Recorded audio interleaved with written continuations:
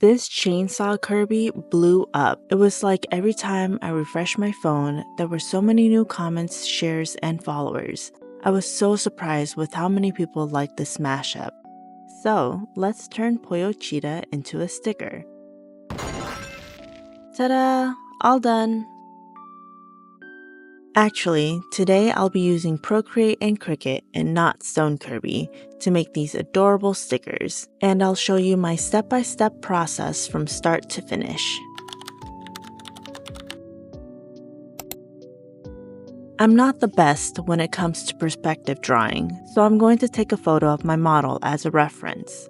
Technically, it's not really cheating since I sculpted the figure. After lowering the opacity of the reference photo, I created a new layer for my rough sketch. During this phase, I'm not too focused on getting it perfect. I'm just getting a quick sketch down for the actual line work later. Using this photo as a reference was extremely helpful.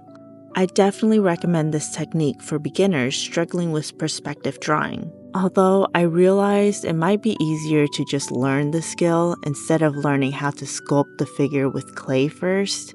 Hey, we all have our methods. This just happens to be mine. Alright, now that I have my sketch, I can hide the reference photo and add a new layer for my final line work.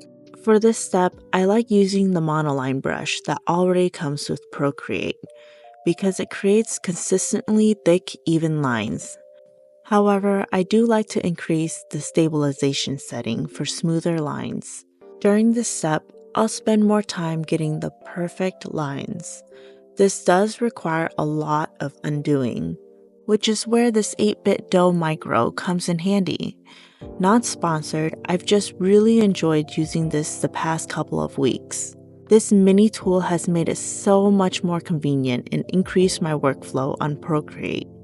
I'll link all the tools I used in this video in the description. With the line work completed, I'll add a new layer below my line work layer and change my line work layer to reference.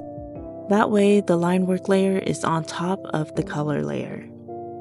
On the new layer, I'll start filling in the colors of my design. You can either drag and drop your colors onto your design, or you can click Continue Filling on the top center to just tap in the colors.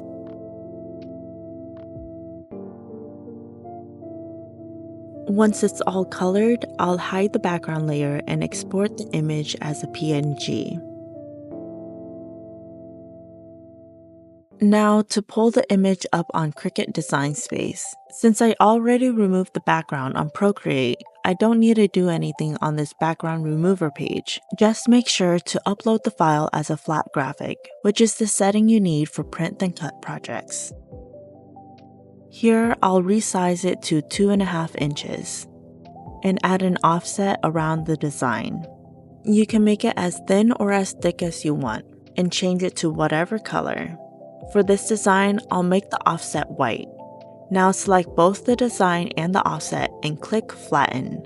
This will let the Cricut know to only cut on the offset and not the original design. Once the sticker design is ready and saved, click Make on the top right.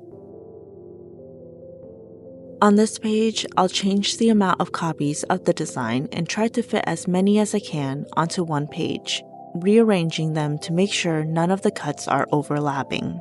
Next, hit Continue on the bottom right, which will send you to the Print and Cut settings page.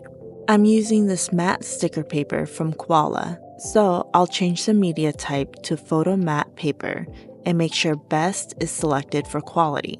Make sure to change the paper settings on your printer as well. To make my stickers water and scratch resistant, I add these Avery self-laminating sheets on top.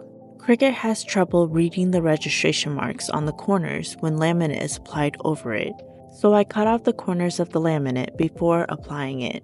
When placing the sticker sheet on the cutting mat, make sure the arrow is placed on the top left. Next, apply the laminate. Sometimes it can be difficult to lift up a corner of the backing paper, so I'll sort of push it into the mat, if that makes sense. Now I can pull on the backing the rest of the way and run a squeegee over it to get rid of any bubbles.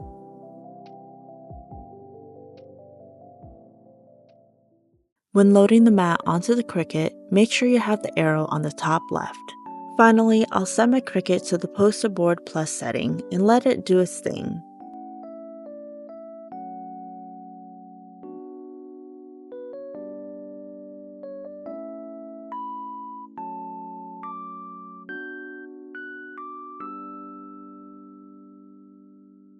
All that's left is to remove the stickers from the cutting mat.